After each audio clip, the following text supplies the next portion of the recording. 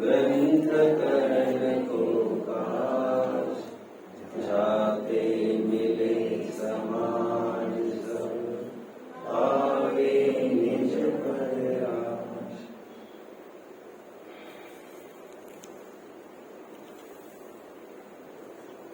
एक खता हम जिंदगी भर करते आए,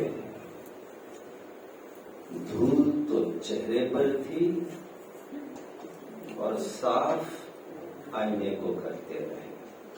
मोक्षार्थियों, इस विश्व में सफाई की, शुद्धता की, स्वच्छता की जरूरत उनको होती है, उन वस्तुओं की होती है जो कारण पाकर, समय पाकर, जो वस्तुएं कभी मलिन हो सकती है, गंदी हो सकती है, टेक्निकल भाषा में मेचक हो सकती है। Should I repeat?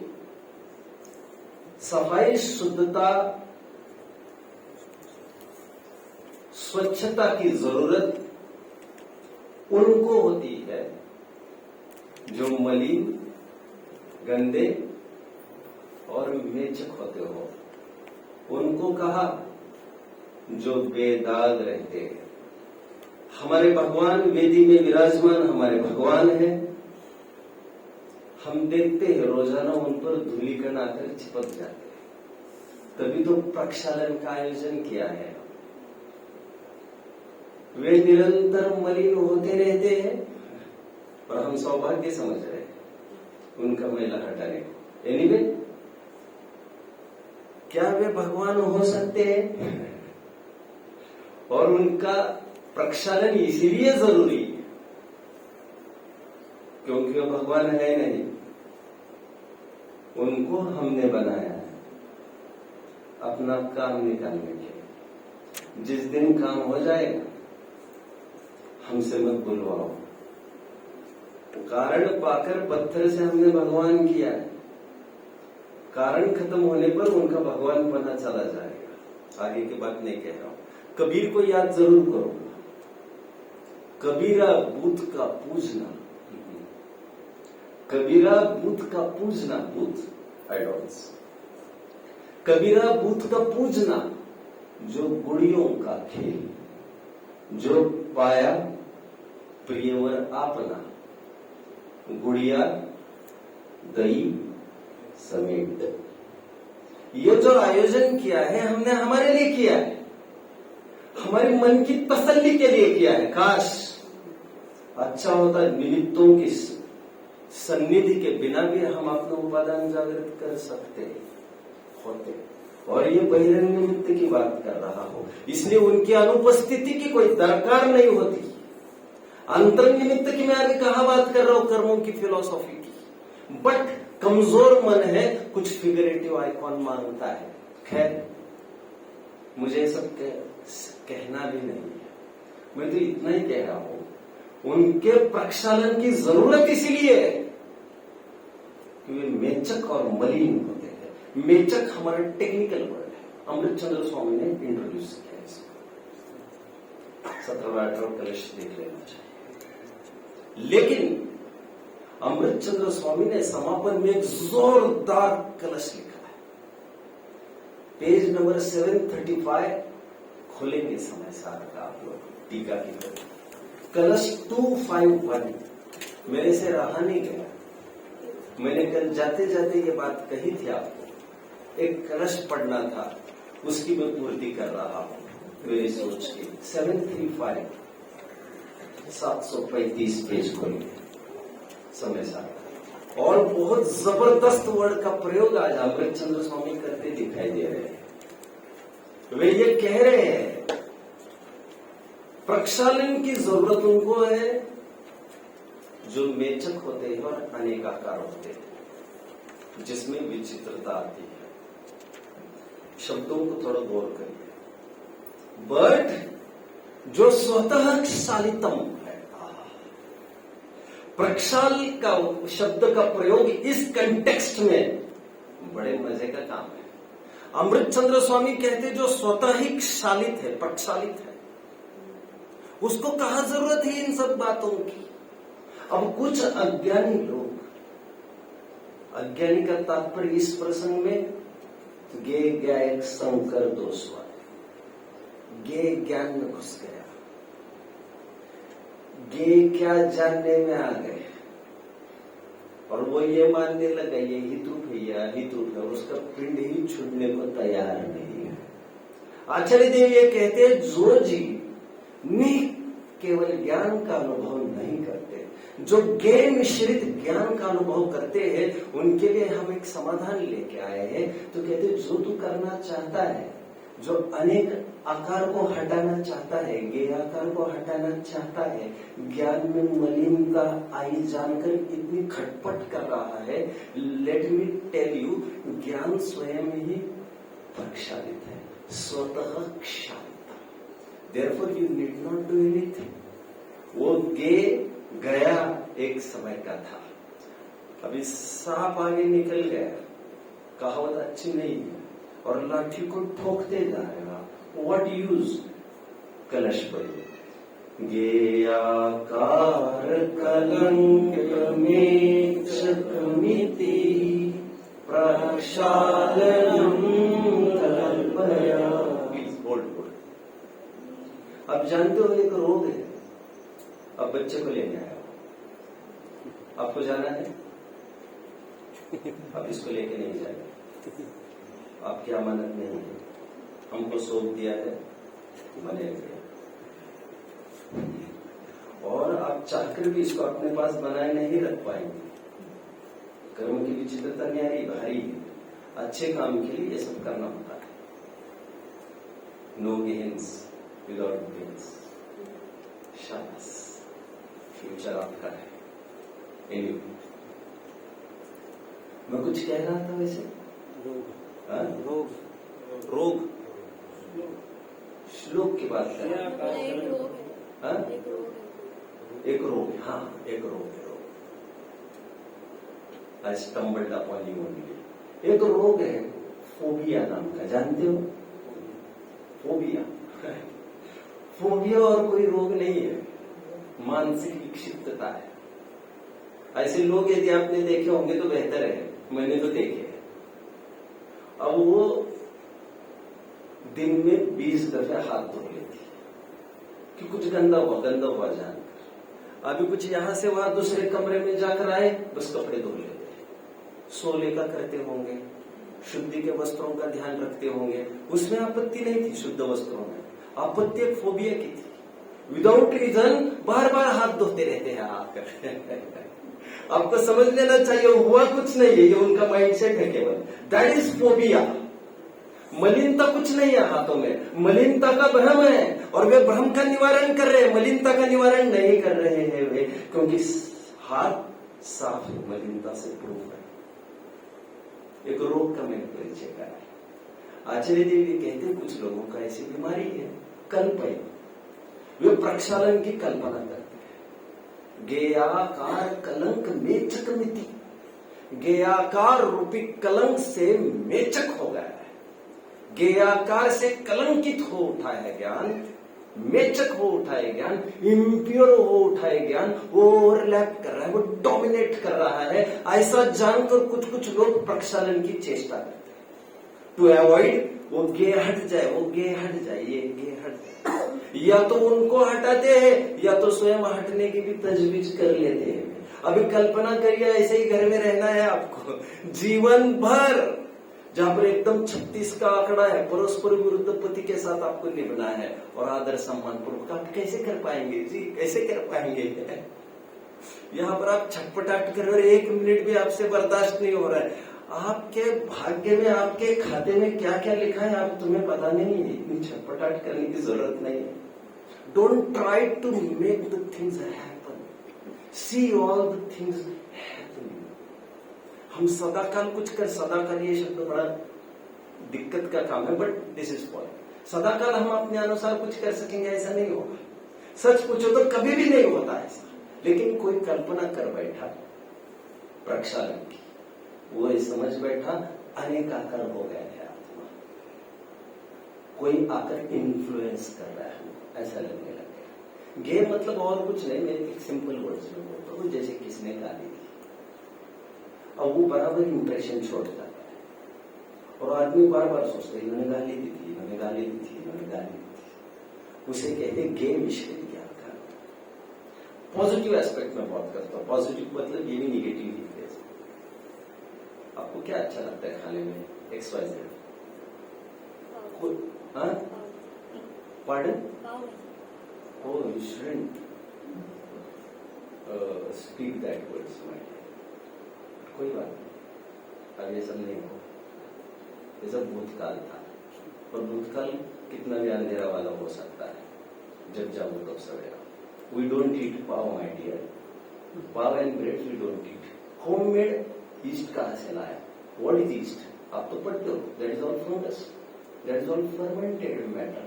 आप तो पढ़े लिखे हो, आपको समझाना सरल है। पढ़े लिखे वालों से बात करना बड़ा सरल है। लोग समझते हैं पढ़े लिखे वाले हैं, ऐसा नहीं है, ऐसा नहीं है। दिक्कत यह है तुम कम पढ़े लिखे, इसलिए तुम समझा नहीं पा रहे और तुम थोपा थोपी का राज चला रखा है तुमने। और थोपा थोपी से बातें होती नहीं है, होती दिखती है लेकिन स्थायी भी नहीं होती है। तुम्हारे जाने के बाद, इम्पोजिशन हटने के बाद he will feel free. Todarman जी की भाषा में यदि किसी के वचन से ही किसी की प्रतीति हो जाएगी तो किसी के अन्यथा वचन से अन्यथा प्रतीति भी हो जाएगी। वचन से प्रतीति नहीं चाहिए, सेल्फ एग्जामिनेशन चाहिए। That is how we are going to win the match. उसको लगने लग गया, अनेकाकार हो गया। अभी समझ में आ गया? एनीवे, मैंने आपको उदाहरण पूछा था, मान के चलो कोई चीज अच्छी लगती है, मान के चलो पेड़ा। अब पेड़ा अच्छा लग रहा है, वो थोड़ी टेम्पररी एक पेड़ा खाया उसने और उसको अच्छा लगा। अब उसको अच्छा लग गया, द टेस्ट दैट लिंगर्स, वो हर पर्याय में उसी को स्मरण कर रहा है। तो वो भी ज्ञान मिश्रित ज्ञान का, समझ रहे हैं? इतना डीप इम्पैक्ट किसी भी अनुकूलता प्रतिकूलता का इतना गहरा असर उस पर हो जाता है कि उससे बाज ही नहीं आता। और स्मरण के नाम पर यही वो स्थान है जहां पर हम आए थे। बहुत अच्छे पेड़े खिलाए थे मौसी ने, भैया फटाफट पैसे दे दो। मौसी ने बढ़िया, अरे तुम कहाँ हो? अभी वही लिपटे हो तुम उस पर्याय में जो 10 साल के। और जो पेड़े में येड़ा होता है ना, जो पेड़े में लिपटा रहता है वो गाली में भी लिपटा रहेगा, क्योंकि ये रूल समान रूप से वर्क करता है। राग रूप में करेगा तो द्वेष रूप में बराबर करेगा। जिसको बहुत महिमा नहीं है किसी के रहमत की, उसी को बहुत अखरती भी नहीं किसी के बद्दुआओं की, किसी के साजिशों की, वो ज्यादा उसको माइंड नहीं करता बात को। एनीवे, अनेकाकार हुआ हूं मैं, ऐसा वो मानता है। बट कहते ये पशु जैसे काम कर रहा है अज्ञानी। पशु की परिभाषा जानते ना अमृतचंद्र स्वामी की? व्हाट इज पशु माय डियर? मैं आपको व्याकरण भी सिखाऊंगा, ये तो सब कहीं पीछे रह जाएंगे। पशु का अर्थ अमृतचंद्र स्वामी कहते हैं न पश्यति इति पशु, जो नहीं देख पाता वो पशु। अब मैं दूसरा अर्थ बताता हूँ आपको डिक्शनरी का। एक पशु वर्ड है, आप जानते लोग का। व्हाई इज इट कॉल्ड पशु? सिंपल, जो पाश में बंधा रहता है, पाश से बना पशु। और एक कर्म बंधन में निरंतर जकड़न है इसकी। गेटिंग? अभी इंग्लिश में इतनी ताकत नहीं है, हर जगह ऐसा नहीं होता है। जस्ट फॉर इंफॉर्मेशन में बीच में थोड़ा सा पॉज लेके ये कह रहा हूं, जैसे कि एनिमल वर्ड है बेटा, इंग्लिश का एनिमल वर्ड है। What is that animal? जानवर। दैट इज रॉन्ग स्टेटमेंट है। बट इंग्लिश की कितनी लचरता है, देखिए इंग्लिश की कितनी कमजोरी है। कभी कभी इंग्लिश भी हावी होता है, ऐसा कुछ बात नहीं है। एनिमा वर्ड है ना, एनिमा, वो लाइफ की तरफ संकेत करता है। एनिमल का अर्थ जीव मात्र, रियलिस्ट। बट इंग्लिश ने एनिमल उसको बना दिया। और हमारी हिंदी कितनी चुस्त है, देखिए अभी पशु आपको शाब्दिक अर्थ मिलेगा, पास में जो बंदा रहता है, और ये कर्म के जकड़न में है। क्या अनुभव करके कर्मों की जकड़न है? Gauge influencing, gauge influencing. कोई बचाओ, कोई बचाओ, गे को दूर करो, कोई बचाओ। ऐसे वो निरंतर बोलता रहते हैं। देखिए आचार्य देव कहते हैं ज्ञानी ये जानता है कि विचित्र होने के साथ साथ मैं अविचित्र हूं। विचित्र, व्हाट इज विचित्र माय डियर? विचित्र इज अनेकता। अभी इसका भी साइंस है, मुझे टाइम नहीं है एक्चुअली सब बताने का। विचित्र का अर्थ अनेकता है। कैसे है? चित्र का मतलब अनेक ही होता है। अब डिक्शनरी, लोकल डिक्शनरी देख लीजिए। चित्र का अर्थ अनेक इसलिए होता है क्योंकि चित्र बनाने के लिए कम से कम आपको दो चीजें, दो रंग चाहिए। एक बैकग्राउंड व्हाइट चाहिए कम से कम, और फिर काली pen will do, that is चित्र। चित्र नीड्स एटलीस्ट टू, और जो एक नहीं है वो अनेक होता है, इसलिए चित्र इज कॉल्ड अनेक। चित्र होने पर भी आत्मा ज्ञान विचित्र होने पर भी बड़ा अविचित्र है, ये वो जानते ही नहीं है अज्ञान। आत्मा अनेक आकार होने पर भी, अभी कुछ लोगों को लगता है होने पर नहीं, दिखने पर। अरे भैया, परस्पर विरोधी धर्म ऐसे नहीं लगते। परस्पर विरोधी धर्म है ऐसा कहना पड़ता है। ये सेकंड बात है, कमेंट्री की बात है, ये व्यवहार का कथन है। आ गया। आत्मा अनेक आकार होने पर भी, गे आकार होने पर भी, विचित्र होने पर भी अविचित्र बना रहता है। गे आकार होने पर भी वो ज्ञान आकार बना रहता है। गे जैसा प्रतिबिंब ज्ञान में झलकने से कहीं ज्ञान गे रूप नहीं होता। ज्ञान कोई गे के नौकर नहीं होता, गुलाम नहीं हो जाता। समझ रहे? न मोर को पराधीनता है दर्पण की, न दर्पण को पराधीनता है मोर की। कलश ज्ञाकार कलंक में चकमिति प्रक्षालनम कल्पयन् नेकाकार चिकीर्षया स्फुटमपि ज्ञानम पशुर्नेच्छति वैचित्र्येऽपि विचित्रतामुपगतम् ज्ञानम स्वतः क्षालितम् पर्यायैस्तदनेकताम्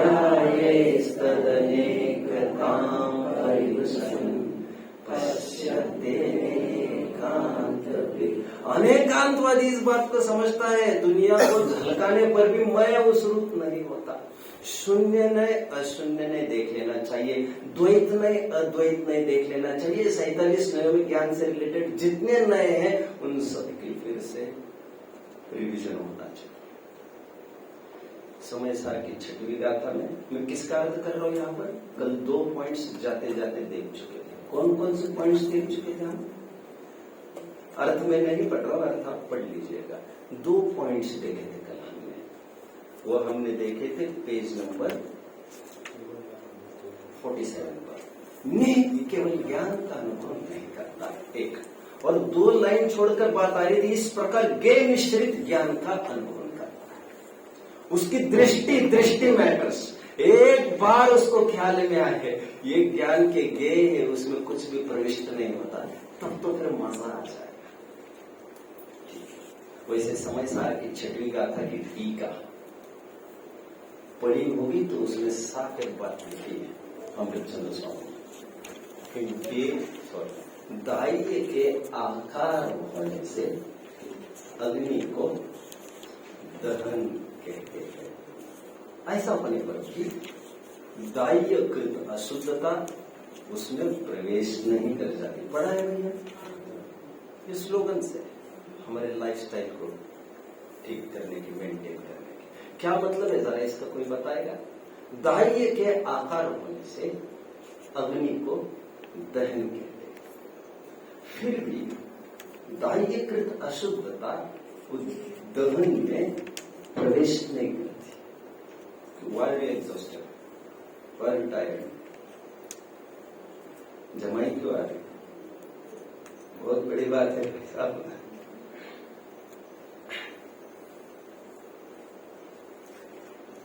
फिर भी उसमें दाह्यकृत अशुद्धता प्रवेश नहीं कर जाती। किसमें? अग्नि में। ठीक उसी प्रकार ज्ञान के आकार रूप परिणामता दिखने पर जो ज्ञायक भाव है उसमें ज्ञेयकृत अशुद्धता प्रवेश नहीं करती। ये मान ज्ञायक नाम ही उसको ज्ञेयों को जानने की तरफ से है। बट जयचंद जी कहते हैं क्या पर ज्ञेयी ज्ञेय है? क्या ज्ञायक को जानने के कारण वो ज्ञायक नहीं है?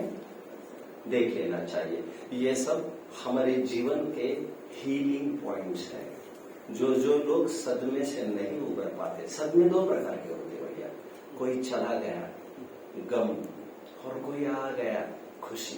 दो प्रकार के सदमे। सदमा का तात्पर्य इतना ही है, वो इंटैक्ट फील करता है, made for each other feel करता है। फिर ऐसे लोग हर जगह एल्बम लगाते हैं आदि करते हैं, और जो एल्बम लगाते हैं पुरानी यादगारों को तरोताजा रखना चाहते हैं, उन्हीं की फितरत में ये सब मिलती है जो 10 साल के पहले की गाली की गूंज आज भी गूंजती रहती है।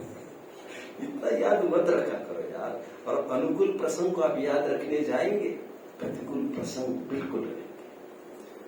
और जीवन इतना डिटैच्ड होना चाहिए। कोई धुलुड़ी फटकर साहब ओके स्वतः शालितम ऐसा होना चाहिए। कोई प्रतिकूलता की इतनी ताकत नहीं जो हमको सदमे में डाल सके। क्या झुक झुक कर स्वयं खड़ा हुआ। क्या कहा? झुक झुक कर स्वयं खड़ा हुआ। अब फिर झुकने का शौक नहीं, अपने ही हाथों से रचा स्वयं अब तुमसे मिटने का कोई खौफ नहीं। जब जब भी हालातों की भट्टी में तुम मुझे झोंकोगे, मैं खरा सोना बनकर निकलूंगा। तुम मुझे कब तक रोकोगे? कोई भी प्रसंग हमारे जीवन का इतना भी नहीं होना चाहिए कि हम दिल को लगा लें। इतने डिटैच्ड जिनको रहने आया, प्रसंग आया और गया, उससे शिक्षा जरूर लेते रहिए। उतना तो एक्सट्रैक्ट करना चाहिए। बी गांधीयन जानते हैं ना, गांधी को कोई किसी ने चिट्ठी लिख कर दे दी, आलोचना निंदा की। What did Gandhi do? What did Gandhi do? कितना परिश्रम किया इसने, 8 पन्ने लिखे इस आदमी ने। वेरी ग्रेट, वेरी ग्रेट, मेरे लिए खर्च किया। Know what should be done? काम किया अल्पिन है उसकी, अल्पिन भी लगा कर भेजा है वो आदमी। तो ये तो हमारे काम की इतनी ले लो, बाकी जहां जाना वह चले जाओ। But real alpine is not this thing. Real alpine is जो मॉडल हमने पढ़ा है पूर्व घटनाओं में से, दैट इज अल्पिन। हम हमारा एक्सट्रैक्ट करते रहना चाहिए। इंपॉर्टेंट बात है। आगे की प्रकरणों की ओर बढ़ते हैं। आज पेज नंबर 51 पर आइए, और होपफुली यहां तक कोई किसी को डाउट नहीं होगा। अब मैं जो आगे बढ़ रहा हूं तो आप समझ लीजिए, मैं शायद ही पीछे मुड़ के आऊंगा। इसलिए अभी जिनको प्रश्न बनाने हैं वे बनाकर मुझे दे सकते हैं। पेज नंबर 51 पर एक बहुत रहस्य की बात आई। प्लीज। कल रात का ही प्रवचन था ना, तो आपने शुरुआत में कहा था कि 4 पॉइंट की बात करेंगे। 4 पॉइंट पर बात करेंगे, 4 पॉइंट पर। हाँ, लेकिन शायद आपने पहला पॉइंट किया, फिर वो फ्लो निकल गया मेरे घर से। 4 पॉइंट कौन से? जैसे पहला वाला आपने बोला था कि व्यतिरिक्त का मतलब ट्रेंड में थोड़ा बदलाव की जरूरत है। मिथ्या दर्शन, ज्ञान, चारित्र की जगह उन्हें मिथ्या दर्शन, अज्ञान, असंयम ऐसा वर्णन किया। ऐसा करके आपने शुरुआत करी थी। फिर आपका फ्लो चल रहा था, इसलिए मैंने कभी नहीं बताया, मुझे लगा आ जाएगा तभी।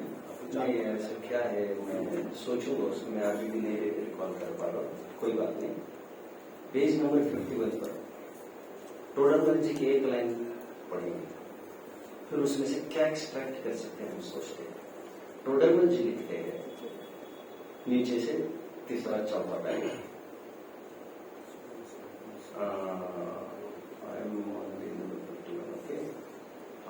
तथा किसी काल में, नीचे से तीसरा चौथा पैराग्राफ, तथा किसी काल में किसी प्रकार इच्छानुसार परिणमित होते देखा करें। ये लाइन पढ़ पा रहे हैं आप? इसका साइंस भी बताता हूँ थोड़ा सा। कुछ लोग ये समझते हैं, बोल हाँ, देख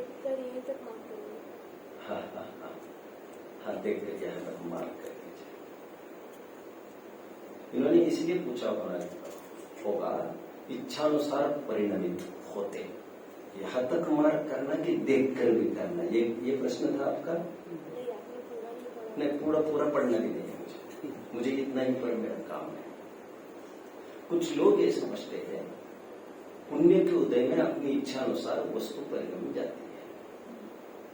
ग्रंथ में कहा है, मैं भी कह सकता हूं थोड़ी देर बाद, क्या पुण्य उदय में हमारी इच्छा के अनुसार, इच्छा के कारण बाह्य वस्तु अनुरूप परिणमित होती है, और पाप के उदय के कारण वो विपरीत परिणम जाती है।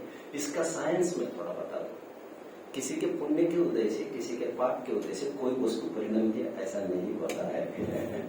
अनादि निधन वस्तु भिन्न भिन्न अपनी मर्यादा लिए हुए परिणम करती है। तो फैक्ट ये है, जैसा परिणमन होना है वस्तु का, XYZ जो भी होना है, हमारा यदि पुण्य का उदय होगा तो हमें उस समय में ऐसा ही भाव आता है जैसा उसका परिणमन होना था, कि मैं ऐसा परिणमन करूं, उसे कहते हैं पुण्य का उदय। परिणमन उसका तय एंड वेरी फिक्स्ड था। यदि हमारे पाप का उदय आना था तो उसी समय में ऐसा विचार आएगा कि मुझे इसे ऐसा परिणमित करना, विपरीत जैसा होने जा रहा था। इसका मतलब हमारा पुण्य हमारे पाप के अनुसार वस्तु खाली नहीं बैठी है, किसी की गुलाम नहीं है, नहीं तो उसकी हालत फूलन देवी से भी बदतर हो जाएगी। एक वस्तु पर सभी जन अपना राज करना चाहेंगे, दैट वोंट डू। वस्तु इतनी हेल्पलेस नहीं है, इसलिए हमारे पुण्य पाप अनुसार बाहर की वस्तुएं परिणमन होती है, ऐसा नहीं। वस्तु अपनी योग्यता के अनुसार ही परिणमन करती है। उस समय हमारा पुण्य और पाप इतना भर तय करेगा कि हमें क्या विचार करना है, अथवा हमारा विचार ये तय करेगा हमारे पाप को उदय है क्या पुण्य करना है। यदि उदय तय करेगा, कहने में आपको थोड़ी पराधीनता की जकड़न महसूस होती होगी, और बड़े स्वाभाविक, क्यों नहीं होनी चाहिए। कर्मों के अधीन और मैं हो नहीं सकता है। तो आप ऐसा मान लीजिए, जैसा विचार होता है वह तय करता है कि उदय किसका चल रहा है। विशेष चर्चा दोपहर में करने वाला हूं मैं वेद के। अभी टाइम कितना परमिट करेगा मैं नहीं जानता, आगे के प्रकरणों को फिर देखेंगे। ये पेज नंबर 51 का प्रकरण हो गया, कम अहेड। अब page number 54 and page number 40 जो पीछे बीत चुका है दूसरे अध्याय में, उसके सार के रूप में मैं कुछ आपके सामने कुछ रहस्यमय बातें डिस्क्लोज करता हूं। हम क्रोध करें, हम मान करें, हम माया करें, अथवा हम लोभ करें, चार में से कुछ न कुछ तो होगा ही। जहां तक भूमिका है वहां की मैं बात कर रहा हूं। करो कुछ भी आप, क्या मस्त नियम है ये मुझे बहुत सूदिंग है ये नियम। अब क्रोध करो, मान करो, माया करो, लोभ करो, कुछ भी करो, चारों में से एक समय में एक ही कर सकते, ये भी बात करेंगे। इसी को कह रहे चार में से एक समय में एक का ही उदय रहता है, वो यहाँ की टेक्निकल भाषा हो। क्रोध मान माया लोभ में से एक समय में एक का ही उदय रहता है। बट आप करो कुछ भी, लेकिन सरप्राइजिंगली चारों का बल एक साथ होता है। इससे किन चारों का? क्रोध मान माया लोभ, चारों का बल एक साथ होता है। कितनी गजब की बात है। जो हम क्रोध मान माया और लोभ को डिफरेंशिएट डिस्क्रिमिनेट करते रहते हैं, लगभग क्रोधी ही कषाय दिखते हैं, लोभी आदि दिखते नहीं है। ये बहुत अच्छा सिद्धांत है समझने के लिए। उदय किसी का भी आए, करो कुछ भी, जैसे अनंत अनुबंधी क्रोध किया किसी ने तो उसको बंधेगा अनंत अनुबंधी क्रोध मान माया लोभ चारों बराबर। बंध चारों का युगपत होता है। उदय चार में से किसी एक का आता है। इससे भी साफ जाहिर होती है बात, कौन सी कषा अच्छी कौन सी बुरी, ये तो कोई बात ही नहीं है। इससे और एक बात पता चलती है, बैक फुट पर जाओ तो राग अच्छा है कि द्वेष अच्छा है, इसकी कहाँ कुछ बात चल रही है। आगे बढ़ते हैं। कषा और नो कषा के बीच में थोड़ा सा मैं फर्क करके दिखाऊंगा, टेबुलर फॉर्म में आपके पास हो। वैसे मैं स्विफ्टली पढ़ूंगा, आप मेरा पीछे शायद नहीं कर पाएंगे, लेकिन अब सरसरी नजर से सुन तो लीजिए। कषा और नो कषाय का अंतर extracted from page number 40 and 54। कोई बता सकता है? वैसे एज द नेम सेज, कषाय शक्तिशाली होती है, कश्ती तो दोनों है, लेकिन एक की जकड़न और पकड़ गाड़ी है।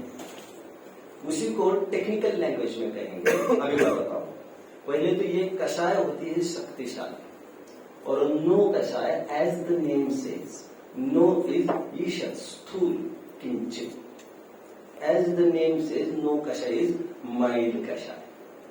हम इसे टेक्निकल भाषा में ये कह सकते हैं, कषाय का स्थिति अनुभाग विशेष होता है, नो कषाय का स्थिति अनुभाग विशेष नहीं हुआ करता। फॉर एग्जाम्पल, जैसे कषाय का, कषाय नामक चारित्र मोह है, उसका यदि स्थिति बनेगी तो मैक्सिमम कितनी स्थिति बन सकती है? अनंत अनुबंधी जाति का हो तो 40 कोड़ी साल। बट नो कषाय यदि होगी तो उसकी इतनी इंटेंसिटी नहीं होती है, उसकी मैक्सिमम 20 कोड़ी साल है। मैं इतना ही कहना चाहता हूं, स्थिति और अनुभाग मैटर करता है, फर्क आगे का। कषाय स्वतंत्रता से भी उदय में आती है, नो कषाय को एक हेल्पिंग हैंड चाहिए, कोई मालिक चाहिए सामने खड़ा। नो कषाय अकेली कभी उदय में नहीं आती है, नो कषाय जब भी उदय में आती है किसी न किसी कषाय के साथ आती है। वही उदाहरण है, आप लोगों ने सुना होगा मेरे मुंह से कभी, कि कुत्ता जब अकेला होता है तो भौंकता बहुत है। सभी कुत्ते एक सरीके होते नहीं, और मेरे कहने से आप विश्वास मत कर लेना, है ना? कुत्ता जब अकेला होता है तो भौंकता बहुत है, काटने को थोड़ा कतराता है। बट जब मालिक हो उसके साथ, डोर थामी हो मालिक ने, तो फिर वो काट भी लेगा आपसे, और ज्यादा अवसर है काटने के। उसको दिखाना तो पड़ेगा ना, 2 रोटी का कुछ चुकाना तो पड़ेगा उसको। नो कषाय जब भी उदय में आती है, वो कषाय के उदय के बिना नहीं आती, हेल्पिंग हैंड उसको कुछ ना कुछ चाहिए ही चाहिए। बंध की अपेक्षा यदि बात करो हम, क्रोध मान माया लोभ चारों का बंध युगपत होता है, but this is not the case with no कषाय। हाउ इट वर्क्स कोई बताएगा? नो कषाय में हाउ इट वर्क्स? कषाय में मैंने क्या कहा, प्लीज आगे ना गए। जैसे 16 कषाय हमारी सत्ता में पड़ी है, कितनी? 16। अनंतानुबंधी, अप्रत्याख्यानावरण, प्रत्याख्यानावरण और संजुलन, 4 × 4 चतुष्क क्रोधमान माया, 16 कषाय सत्ता में पड़ी है। अभी होता क्या है, जब अनंतानुबंधी क्रोध पीप्स आउटसाइड, जब अनंतानुबंधी क्रोध का उदय आता है, तो ऐसा नहीं है कि उसका अकेला आएगा, अनंतानुबंधी के साथ साथ पूरी पीछे की बटालियन भी आ जाती है। अप्रत्याख्यानावरण, प्रत्याख्यानावरण और संजुलन, अकेला अनंतानुबंधी नहीं आता, अनंतानुबंधी के साथ साथ इनका आना अनिवार्य है। बट मैं दूसरी बात कह रहा हूं, मैं ये कह रहा हूं, एक साथ 16 में से 4 कषाय तो उदय में आती है, बट 12 में से कोई भी तो बीच में नहीं आएगा।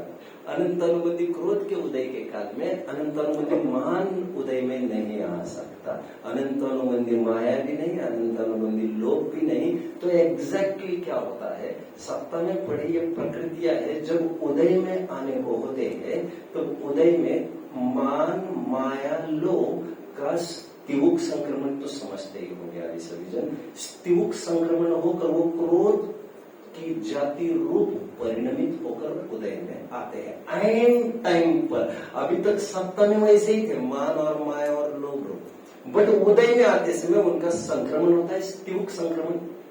अलग बात है थोड़ी सी, उनका स्तिमुख संक्रमण होता है, क्रोध रूप होकर वे उदय में आते हैं। स्तिमुख संक्रमण क्या है, मैं शॉर्टली डिस्कस करूंगा आपसे दोपहर में थोड़ा सा। बोलिए। आपने बोला कि 16 कषाय में से 4 एक साथ आती है और पीछे की 12 नहीं आती। राइट, पीछे की नहीं हो, साथ साथ चलने वाली है वैसे बात। हाँ, फिर आपने बोला कि चारों क्रोध माया लोभ में से एक समय पे क्या कहते, चारों उदय में बिल्कुल सही। इसको उससे क्रोधमान माया लोभ की अपेक्षा नहीं सोचा। हाँ, नहीं, मैं कुछ गलत बोला क्या वैसे? आपने बराबर बोला नहीं नहीं, देखो मैं ये कहना चाह रहा हूँ, अनंत अनुमति क्रोध के साथ अप्रत्यक्षण और प्रत्यक्षण और संजुलन का उदय आता है। क्रोध का उदय तो आता ही है ना, तो इन चारों का उदय आने में कोई बात नहीं है, लेकिन जात्यंतर नहीं होता। आपने बोला ना एक समय पे एक ही कषाय आएगी। एक कषाय आएगी, एक जाति की कषाय आएगी। 16 में से अभी जाति 4 पकड़नी पड़ेगी आपको, क्रोध मान माया लोग, जाति 4 की मैं बात कर रहा हूँ। 16 में से मैं साथ में ये भी कह रहा हूँ 4 उदय में आएगी, 12 भी चलेगी, ये भी तो कह रहा हूँ मैं। ठीक है, हाँ, तो मैं ये कह रहा था, बंद की बात मैं कर रहा था, मैं ये कह रहा था क्रोध मान माया लोग। अच्छा, बंद 16 का होगा एक साथ अभी 4 का नहीं, करो कुछ भी, करो 4 और भरो 16 था, तो इससे फर्क नहीं पड़ता अपने क्रोध किया कि मान किया कि माया किया कि लोभ किया, कुछ भी फर्क नहीं पड़ता।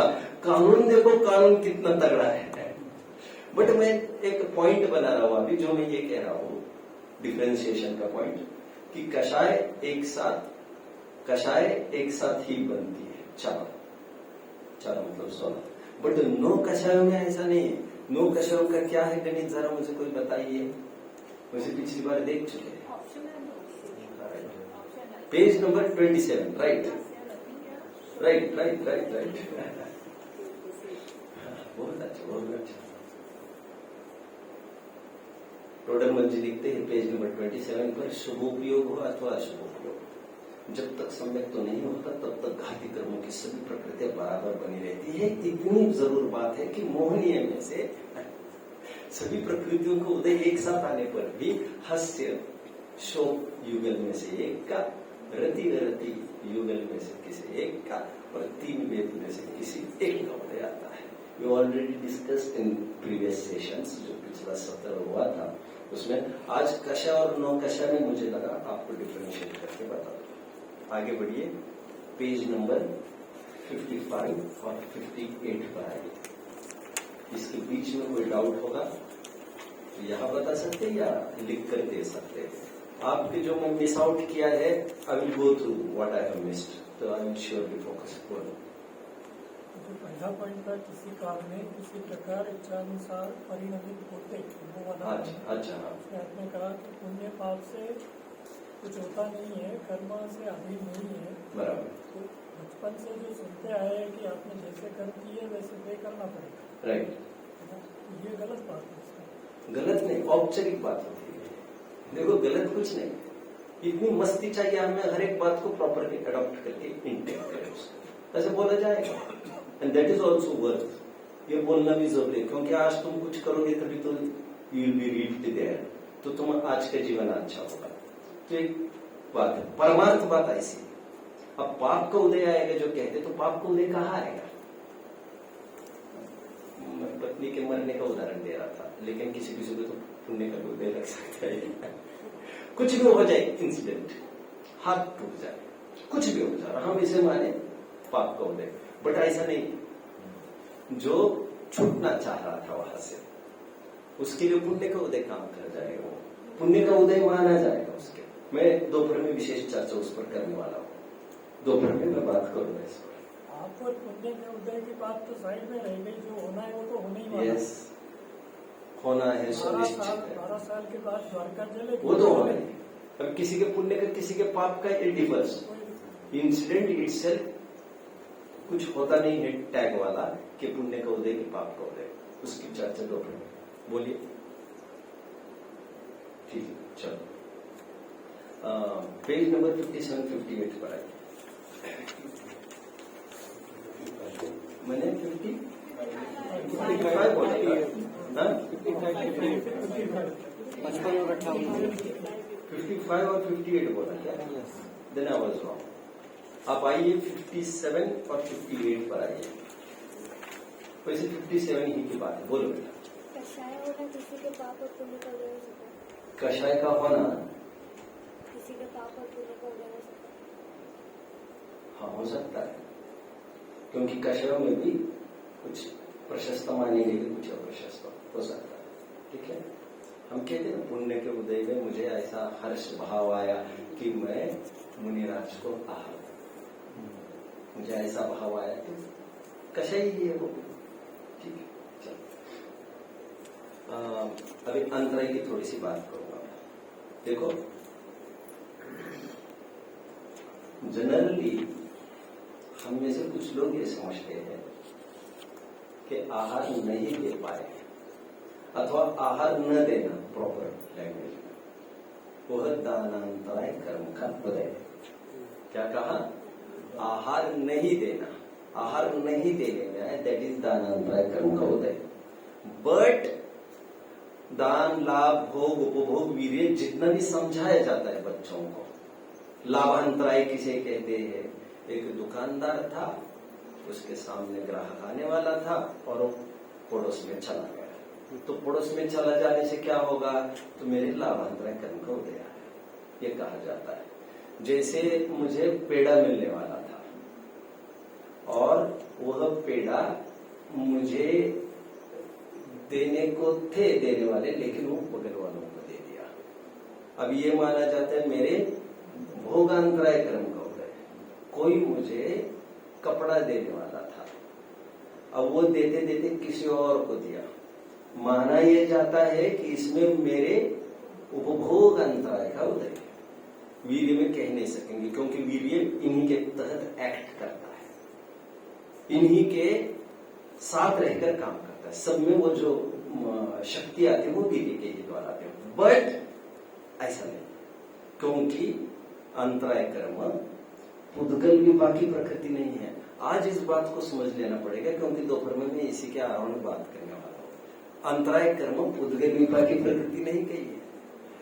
मोर ओवर जितनी भी घाती प्रकृतियां है, 47 प्रकृतियां, वे सब की सब जीव विपाकी ही प्रकृतियां है।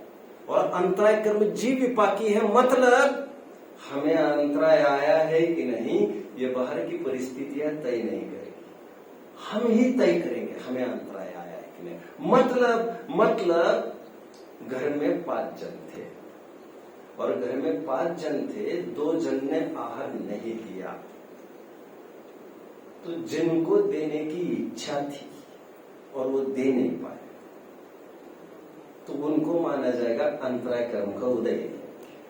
और जिनको इच्छा ही नहीं थी देने की, उनको अंतराय कर्म का उदय नहीं माना जाएगा। इसका मतलब अंतराय कर्म का उदय उनके जिनकी कोई इच्छाएं होती है, जिनकी इच्छाएं है नहीं, उनकी उस जाति का उदय नहीं माना जाएगा। रिजॉइस। हमारी थिंकिंग कितनी तय करती है। अब कोई ये मानता है कर्मों के अनुसार, हम कोई कठपुतली थोड़ी है। अरे हमारी एक्टिविटी तय करेगी कर्म कौन सा चल रहा है। ये मैं तय करूंगा कौन से कर्म उदय में आएंगे। एनीवे, चलो, ये भी उपचार का कथन है, मैं तय करूंगा, क्योंकि आम जन ये मानते कर्म तय करेंगे, मुझे क्या करना। इसलिए मैं बोल रहा हूं, कोई तय वही नहीं करेगा, कोई दूसरे का कोई तय नहीं कर सकता। ये अंतराय कर्म के संबंध में मुझे कहना लगा कि ये जीव विपाकी प्रकृति है। तो वैसे तो अभी मेरा प्रकरण है भी नहीं, गोत्र आगे चलेगा। Do you really know? गोत्र की परिभाषा क्या है गोमट सार में, आप बताएंगे शायद। गोमट सार में गोत्र कर्म की परिभाषा क्या है?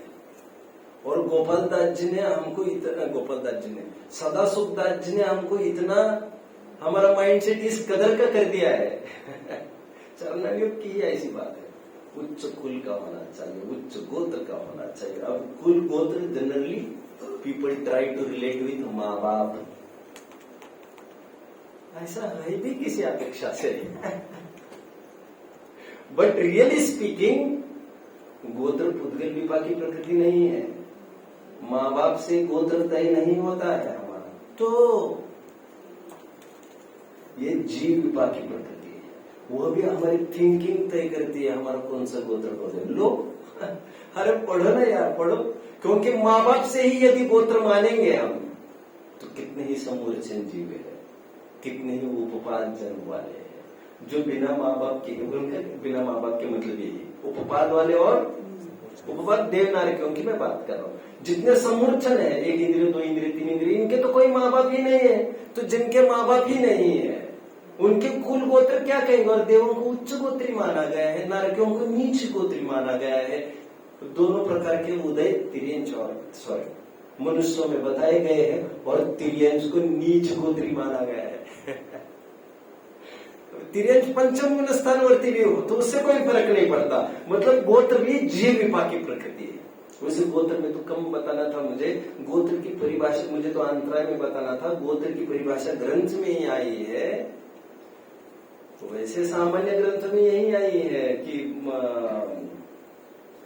इक्ष्वाकु आदि वंश में पैदा होना उच्च गोत्र है, बट गोमट सार में परफेक्ट परिभाषा आई है, संतान क्रम से चलते आ रहे आचरण पद्धति, तो थॉट प्रोसेस आचरण पद्धति को गोत्र कहते हैं। तो इससे हमें काफी स्पष्ट होता है ये सब जीव विपा की प्रकृतियां है, ये सब हमारी फीलिंग तय करेगी उदय कौन सा चल रहा है।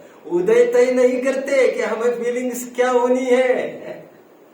रिजॉइस, अभी अंतराय कर्म का उदय है, जिनको देने का भाव है, जिनको लेने का भाव है, जिन्हें चाहिए ग्राहक मेरे पास आए, उनके लाभांतराय कर्म का उदय है। जिन्हें कुछ भी खास भाव नहीं है, ऐसा ये या कहीं चला जाए तो उनके अंतराय कर्म का उदय नहीं माना जाएगा, है ना। पेड़ा आए न आए उससे मुझे कोई फर्क नहीं पड़ता, तो उसके अंतराय का उदय नहीं माना जाएगा। आगे बढ़ते हैं, पेज नंबर 60 पर आइए, पेज नंबर 60।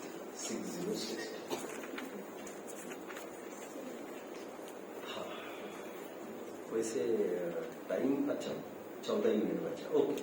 पेज नंबर 60 की एक बात लूंगा, देखो और लास्ट पैराग्राफ में क्या है। वैसे ही एक प्रश्न पूछता हूं, देना विल इनिशिएट। भैया आप क्या समझते हो, अरहंतों के पुण्य का उदय कि पाप का उदय, आप क्या समझते हो?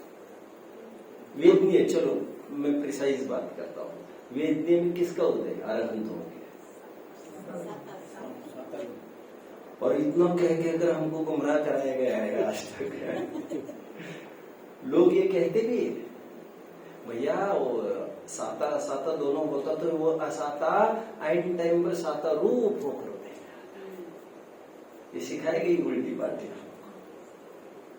जो स्त्रीमुख संक्रमण की बात कर रहा था ना, this is also the case with साता साता। अभी एक बात समझ लीजिए सभी, देखो छद्मस्त होता है ना, छद्मस्त तुम हमें एक समय में एक का ही उदय होता है, या तो साता वेदनीय का या असाता वेदनीय का।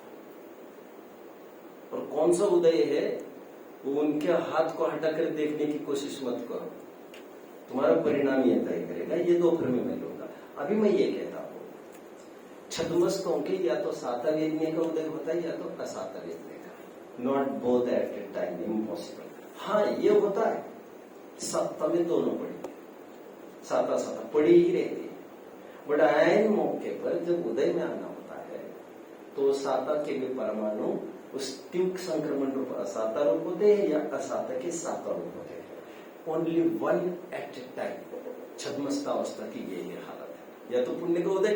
अभी लोग ये कहते हैं, इसको दोपहर के लिए छोड़ देता हूं लेकिन मैं बात आराइज करके रख देता हूं। लोग ये कहते हैं अच्छी लड़की है मेरी, खराब लड़का है मेरा, हमारे पाप का भी उदय है पुण्य का भी उदय है, ऐसे लोग कहते हैं। नहीं, जनरल लोग सोचते हैं शान शौकत देखकर पुण्य, अब देखकर ये भी जो मैंने बोला वो टेक्निकली सही बोला, मुझे हटाना है वो। कोई शान शौकत है बाहर में, इसीलिए पुण्य का उदय है, लेकिन अमुक दिक्कत है इसलिए पाप का उदय। हाँ, पाप का उदय बहुत थोड़ा है लेकिन बोथ आर वर्किंग, ऐसे मत। मैं I am talking about just वेदनीय कर्म, ओके। बट छद्मस्त में तो ऐसा ही है, केवली में 13वें गुण स्थान में सीनेरियो थोड़ा बदल जाता है। 13वें गुण स्थान में दोनों एट ए टाइम उदय में रहते हैं, साता वेदनीय भी असाता वेदनीय भी। What is soothing for me now? Soothing मतलब समझ में आ रहा है? आनंददायी क्या है मेरे लिए ये बात? आनंददायी ये है मेरे लिए बात, जिसका तुम पिंड छुड़ाना चाहते हो उनका तो पिंड वे भी नहीं छुड़ा पाया है अभी। असाता वेदनीय का उदय ठेठ अरहंत अवस्था में भी आए, और किसी को तो मरे छुटको समझ में आ रहा है, मरते दम तो साथ में रहेगा। मरते दम तक मतलब निर्वाण तक साथ में रहता है, किसी किसी का साता वेदने का उदय है, वो कैसे, वो भी अभी मैं बता रहा हूं। पहले मैं ये कह रहा हूं अरहंतों के दोनों उदय एक साथ चल रहे हैं, साता भी और असाता भी। अरे फिर वेदन किसका करेंगे? किसी का भी नहीं करेंगे, क्योंकि बैकग्राउंड उसका मोहन ही है, बाकी मर गया, बात क्या रही तुम्हारी? ये समस्या तब खड़ी होती जब मोहनीय होता। बोलो। जैसे जब मुनिराज तपस्या करते हैं तो वो गुणस्थान में ऊपर ऊपर जाते हैं।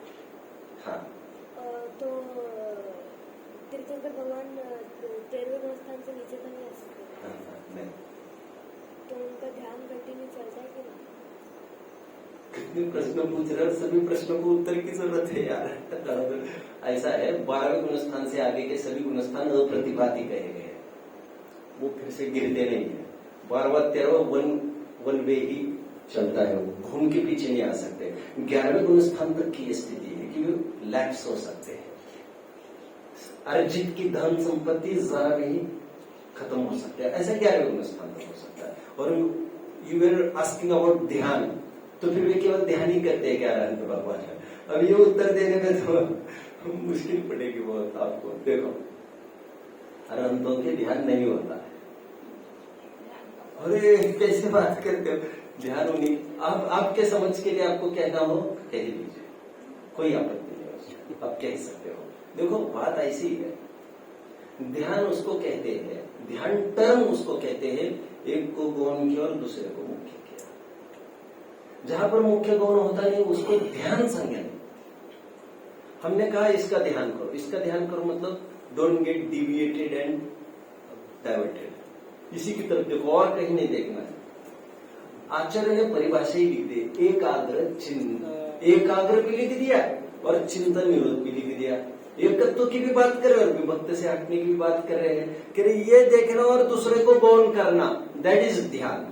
और अरहंतों में मुख्य और गौण ऐसा कुछ होता नहीं, एक साथ सब दिख जाते हो, बट किसी अपेक्षा से आप ध्यान कह सकते हो। यदि हम ध्यान को चारित्र गुण की पर्याय मानते हैं तो आप कह सकते हो, बेशक आप समझ रहे हैं। और इसीलिए तो शुक्ल ध्यान का तीसरा और चौथा पाया अरहंतों को कहा ही है। तो इसमें से आगे पड़ेगा थोड़ा, ठीक है। फिर चलो अब ध्यान तो फिर और कौन से गुण की पर्याय बोल सकते हाँ? हैं?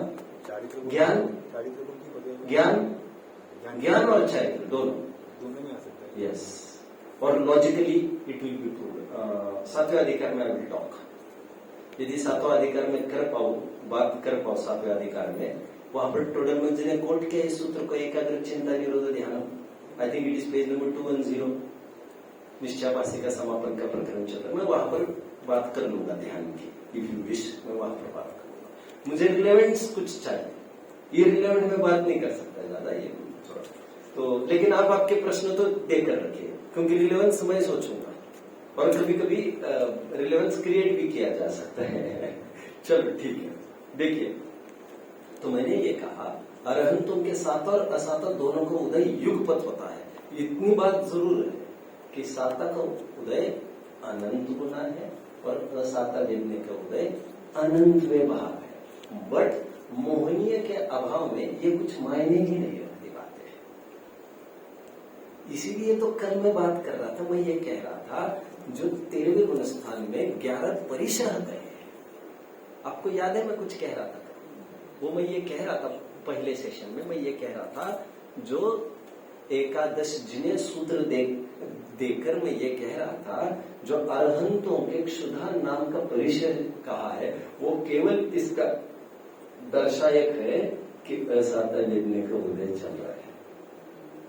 तो उनका उदय के कारण यहाँ पर परिचय कहा है, मतलब उनका उदय है। व्हाट मोर टू प्रूव, क्या चाहिए सिद्ध करने को? और लोग कहते हैं एक साथ उदय नहीं होता, होता है।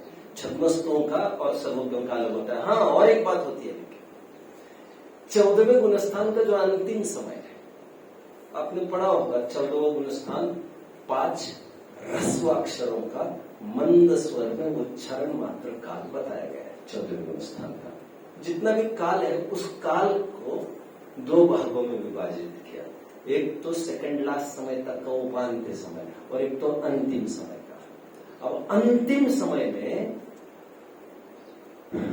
किसी मतलब कुछ अरहंतों को केवल साता का उदय देखने में आ सकता है और कुछ अरहंतों को केवल असाता का उदय देखने।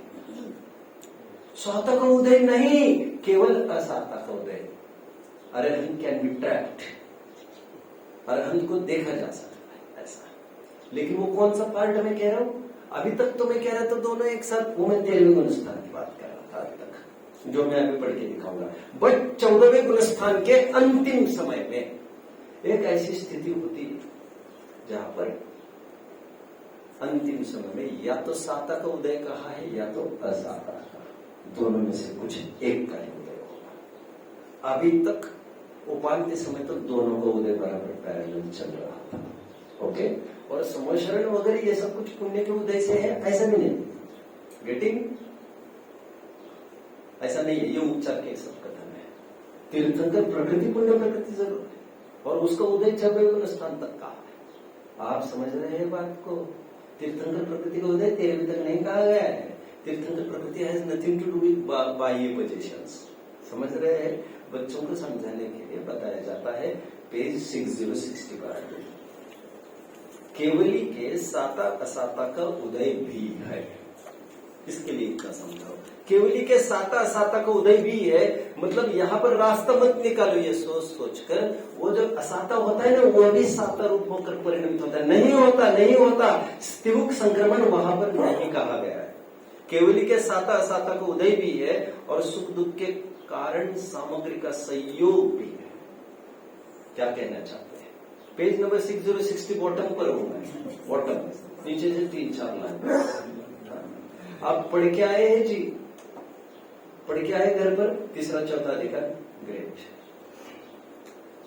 अभी यहां पर क्या लिख रहे हैं? बाह्य सामग्री भी विद्यमान है, अनुकूल प्रतिकूल, ठीक है ना? और सुख दुख के कारण सामग्री का संयोग भी। किनके? अरहंतों के। इसका अर्थ क्या लेंगे जी? अरहंतों के सुख के कारणभूत सामग्री कौन कौन सी है? बाहर कुछ तो बोलिए। जैसे समझ आई, इतने जन लोक के प्रभुत्व के कारणभूत समोशन आदि विभूति से युक्त है। गणधर वगैरह खड़े हैं ना सब, तो ये सब पुण्य की सामग्री मानी जाएगी। पाप की सामग्री क्या है उनके सहयोग में? शरीर नहीं, सरप्राइजिंगली शरीर पुण्य प्रकृति है। एक इंद्रिय की भी पुण्य का उदय है, आप साधारण मत समझो उसको।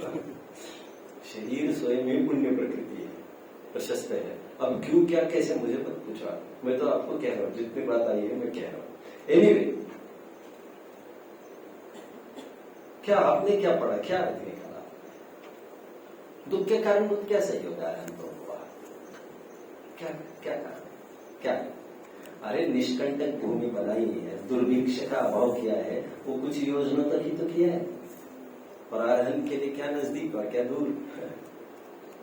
लिखा है ना सदा सुखदास जी ने, जब श्वेतांबर मत का खंडन चल रहा था, 6वें श्लोक की जब वचनिका लिख रहे थे, तब उन्होंने कहा केवलियों को केवली आहार करने कैसे चले जाएंगे? कह रहे व्हाट रबिश, क्योंकि अरहंतों को कितनी ही दुर्घटनाएं साफ ज्ञान गोचर है। किसी का मरना, किसी का जीना, मार काट छाट। तो आम आदमी तो आम निराश तो आहार के लिए जा रहे हैं, वे ऐसे कुछ प्रसंग देखेंगे तुरंत लौट आएंगे। अरे गृहस्थ भी ऐसे प्रसंग देखकर भोजन नहीं करता है। अभी भगवान आहार करने को जा रहे हैं ऐसा तुम कह रहे हो, श्वेतांबर भाई मानते हैं, तो टोडर मुझे पूछते हैं, उनसे कुछ भी छिपा नहीं है, प्रतिकूल प्रसंग भी है, तो फिर अंतराय नहीं होगी क्या उनको? फिर वे आहार कैसे लेंगे? तुम बोल रहे हो। वो यहाँ पर बाह्य दुख की सामग्री समझ लो। अरिहंत और तीर्थंकर में कोई अंतर है? हाँ, अरहंत सामान्य है, तीर्थंकर विशेष है। तो जैसे साधु सामान्य, आचार्य उपाध्याय विशेष। तो अरिहंत का समोचरण होता है? अरहंत का समोचरण हो सकता है, शब्दों की तरफ ध्यान देना हो सकता है। ठीक है, चलो यहाँ तक कोई प्रश्न? मेरा टाइम हो रहा है अभी। को तो अनंत सुख का, हाँ, तो दुख की बात क्यों? दुख को तो अनंत सुख है। दुख के कारणभूत सामग्री देखो, मोटे मोटे मैं दोपहर में बात करूंगा इसमें, पूरी बात दोपहर में आपका सोल्यूशन हो जाएगा, जो थोड़ी देर पहले भी पूछ रहे थे, उसी से कनेक्टेड आपका ये प्रश्न आया। प्रश्न नया नहीं है आपका। आपका भी जो प्रश्न है that will be resolve today afternoon.